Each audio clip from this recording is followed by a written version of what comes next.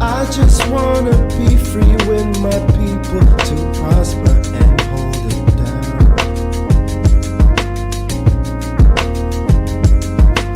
Don't you sit and wait, contemplating on a revolution. The time is now. I just wanna be free. I just wanna be free. I just wanna be free. I just wanna be free. Can't you see? I just wanna be free.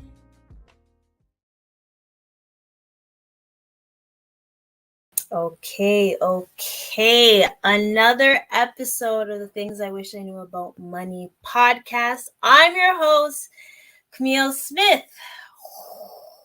It's been a minute. I think the last time y'all saw me live was like last month.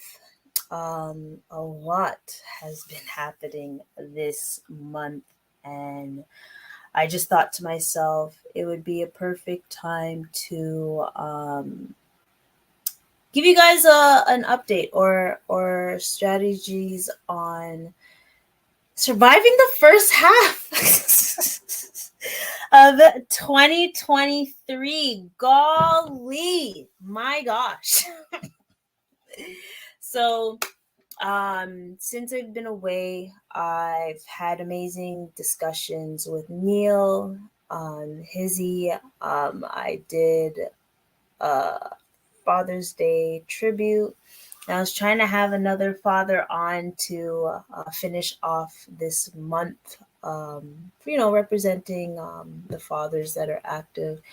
And if I didn't say Happy Father's Day to you last week, I apologize. I was entertaining my father and family. So please excuse me for my absence of saying anything if I didn't say it to y'all. It's much love, I promise. And so today I just wanted to do a quick episode. The reason why it's going to be a quick episode is because a lot is happening. Today's probably the most busiest day I've ever had, but I really wouldn't be right if I didn't come on and give you guys some guidance. Tax season is not officially over, but it has slowed down to the part that I am able to manage. I want to say to the folks that did it on time, thank you. To the ones that made my life easy, or not easy, but efficient, thank you. I truly am very thankful. To the ones that I prepared them late, I apologize. This month was kind of emotional. So it's my bad and all that good stuff. But I think it's episode, guys, I don't even know which episode it is. It is episode, hold on. It is episode, trying to look. Oh, episode 134. Episode 134. So I thought it would be right to just, once again, first half is almost ending. We are in June. It is officially summertime. Everybody wants to be outside and all that good stuff. But at the same time of being outside, we also have to be mindful of our financial goals. So I decided to find an article, good old articles, because I love to have articles, and just help you guys have 10 financial goals to set for yourself. Big up BMO. They have this lovely one. It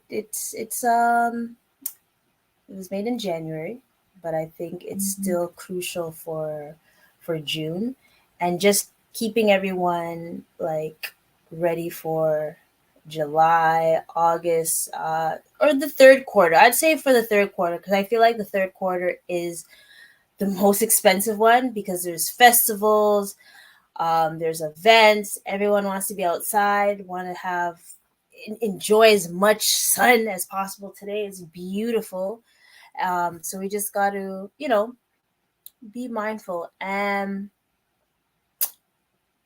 yeah, just be mindful about that. I wanted to say rest in peace to folks that have passed this month and all that stuff, but I want to have it cheerful. So let's go. So the 10 smart financial goals to set this year. The first one I love the most: create a budget so that you're in control of your money. And even though this is not anyone, I don't know anyone that loves to budget, other than myself. But I also know that people dread budgeting because they feel like they're being restrained of happiness or fun. And I think it's kind of different because if you actually know where your money's going, you'd basically have more control of how you want to spend your money. Whether you're buying too much Uber Eats or you're taking Uber enough, or there's just certain things that you're spending your money on that you could be more mindful. And I find with a budget, you're able to be more mindful of what you're spending and stuff, right? So that's one thing. And you really want to focus on your cash flow. That's what I've been really trying to preach to folks. Cash flow, cash flow, cash flow. It's very important, right?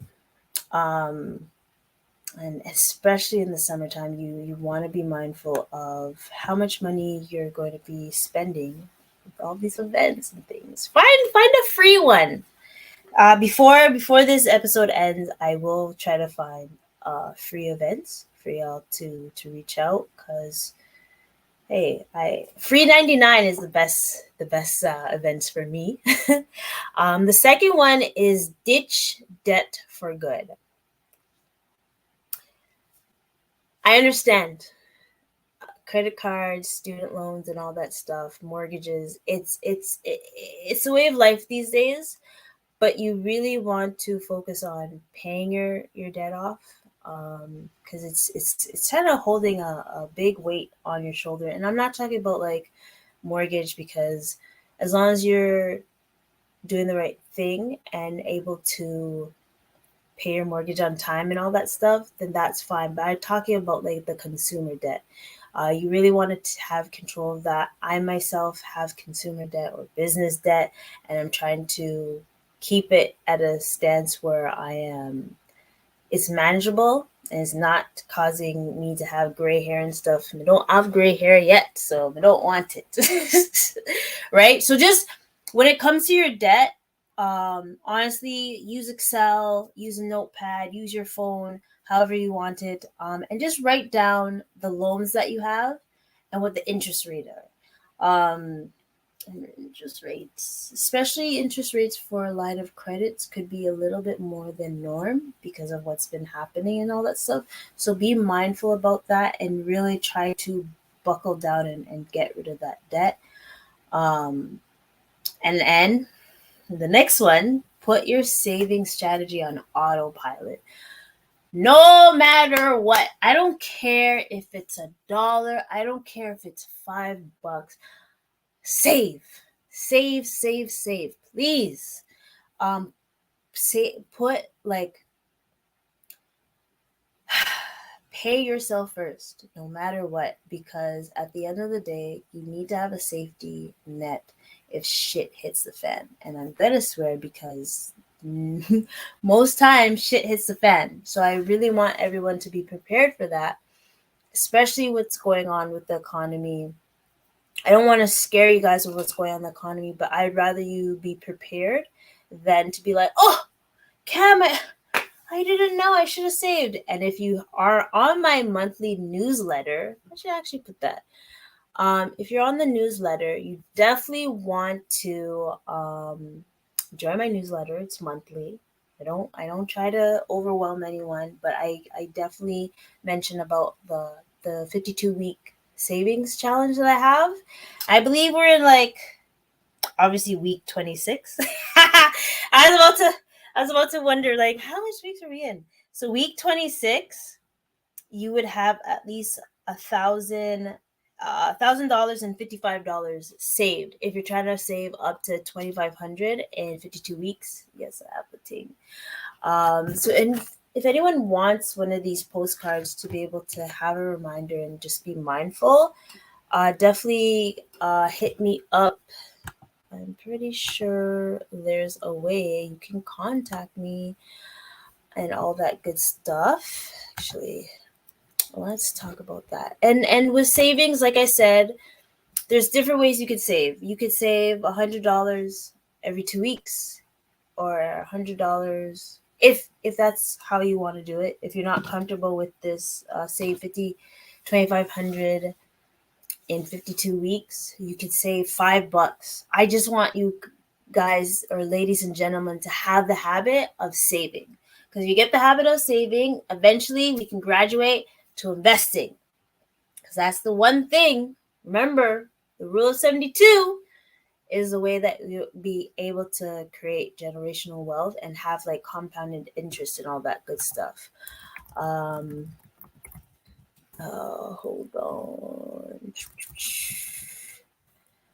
Da, da, da. And this is, yeah, let's add this better. Boom, bam, bam. Oh, I see that. To contact me, you can contact me at info@fitnessiq.com to say that you want, to be enrolled into this savings challenge and all that good stuff. And the next one, number 4, is invest in yourself. And this can be anything. And this doesn't have to do with like investing in stocks, but I love to talk about stocks and dividends. But you definitely want to invest in yourself. The only way for you to do better in life, per se, or be able to beef up your resume or something, is to have skills. Have skills that are meaningful, especially in this economy. I mean, shoot, you could even have Chat GPT tell you what skills you should get.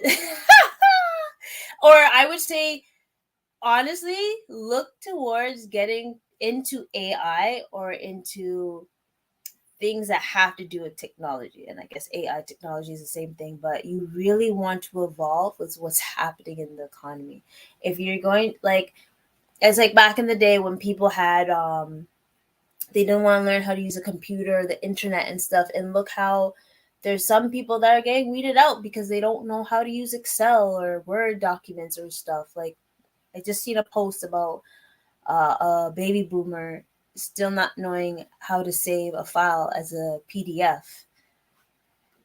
I'm not judge, especially if you're working at somewhere where you have to, but no judgments, no judgments. But you want to be investing in yourself and creating skills that is able to keep you in the, like, keeps you accomplished in the future.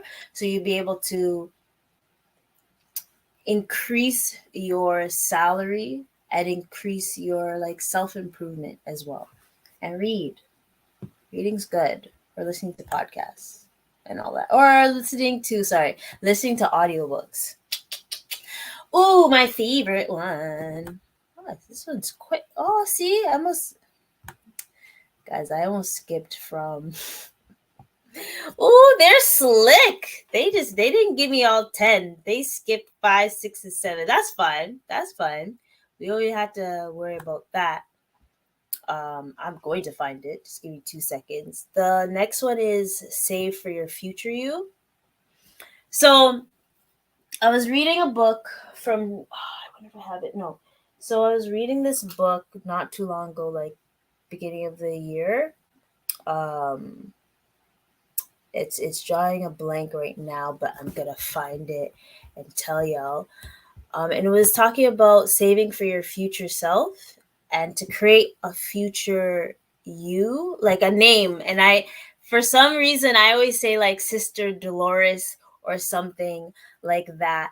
And I sometimes picture how, like, the next, I want to say 15 years, how I'd want my life to be, like in my 50s and stuff, and And that's what I'm striving for. Like, I'm like, if anyone's seen me like in the last like couple years busting my ass, it's because my 50-year-old self wants the finer things in life, and I want to provide that while I'm still young and able, and all that good stuff, so I don't have to work that much when I'm like in my 50s and stuff. So that's the reason why I do it.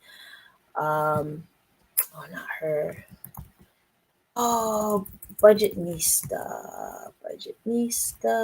Her book was very Budget Nista. Ah, yes, yes, yes, yes, yes. There it is. So the name of the book,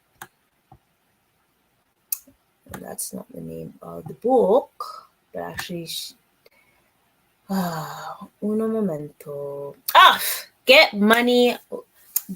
Good with Money. So this is a book that I like how like each chapter was able to have different topics, just like the topics that I spoke about, like saving, paying off debt, making a budget, and actually saving for the future. You definitely want to take that in consideration because, and I always say this, I think the Neil and I spoke about it the other day, about 2 weeks ago, when the scariest thing I've seen is folks being Walmart greeters in their 60s or 70s because they didn't save enough for their future. And I find that, especially myself, it would be irresponsible of me to not think of that. And even folks that are self-employed, you really want to take that in consideration because even though there's individuals that have pensions and they're like, oh, I don't have to worry about RSPs. I have my pension at work. You really want to, just in case, have another cushion just so you're able to have the finer things in life, right? Wouldn't it be nice for you to have saved like an extra, I'll say 100K for your future so you can use at least an extra thousand, no, not extra thousand, an extra 10,000, 20,000 a year just to help with the pension and not having to rely on the government, because I think that's the main thing that I'm always thinking. Like, my goal is that I don't want to um, rely on the government to make things better for me. These people really got rid of it. But it's okay. It's okay. It's okay. And when it comes to saving for your future, this the usually they say 10%, save 10% of your income. The way life is lifing right now, you probably want to say 12 to 15. And I only said 12 because my number is 12. But 12 to 15% of your income, you should strive to save, unless you're not able to do that and you want to work on at least being able to learn how to save 2,500 in 52 weeks, right? Also, number 9, educating yourself about personal finance. And where's the best place to do that? Well, if you're watching this or you're listening to this, you're actually in the right place, because not only do I help educate about personal finance or financial literacy, but I also recommend other sites. Like, if you see my Instagram, my business Instagram, I'm always posting other people's, I'm reposting other folks' stuff. I'm bringing on guests that are talking about their life and their personal finance journey. I know everyone's journey is different, but you definitely want to understand their experience and see if you're able to have that experience as well, or understand that the knowledge that they have gives you the power to be able to do better as well. I mean, this platform is strictly for others to be able to learn about personal finance and financial literacy, and I'm trying to give you guys each topic that I know that would create so much value for you and your life. I really want to find someone that's able to talk about retirement and estate planning. But that's going to be in the future because it's coming, guaranteed. And July is going to be good with like the content as well. But I'll explain that after. But then the last one is to sit down with a financial advisor. So the one thing I'm worried about this is there are two different types. There's a financial advisor and there's a financial planner. And depending on what your goal is, um, depends on which one you want to choose. Me personally, I strive to be a certified financial planner because I would rather provide a service of my knowledge and sit down and have the best interest. Well, and I'm not dogging anyone. I'm not dogging anyone. Like most times a financial advisor has certain products or certain products that they can provide to someone and sell those. It was never in my forte to do that in sales and stuff and to sell a product. It was always to encourage folks to understand why they're doing this, even though financial advisors do that as well. But I'm more of a fee based individual than a product or it's kind of commission, but you know what I mean.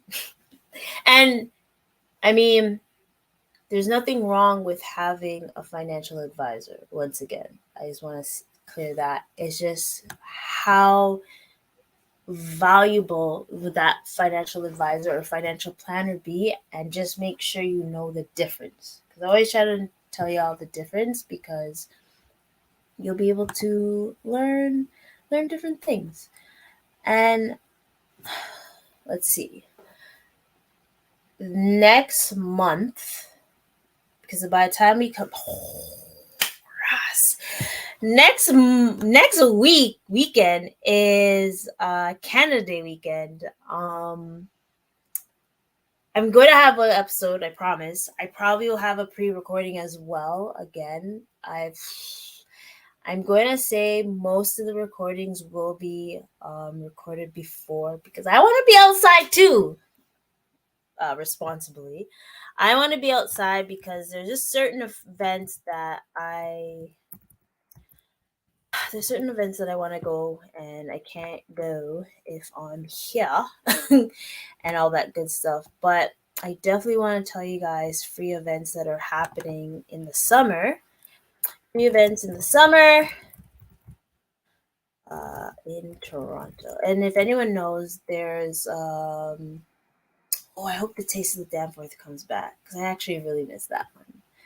I actually really miss Taste of the Danforth. Like who out there misses Taste of the Danforth? I miss it. I've had great memories and all that good stuff with Taste of the Danforth with my family and friends. So I really hope that one comes back. There's Caravana. Caravana's not free though. They're not pay all this big money for these people. To the ones that want to go, no shade to y'all. I've been many times there, and I'm going to Andre Rose's event, that wellness retreat, than going to walk up and wind up and stuff. But it's okay if you want to go. By all means, do you. Ooh, the jazz festival is happening. So there's free live jazz. So that's downtown though.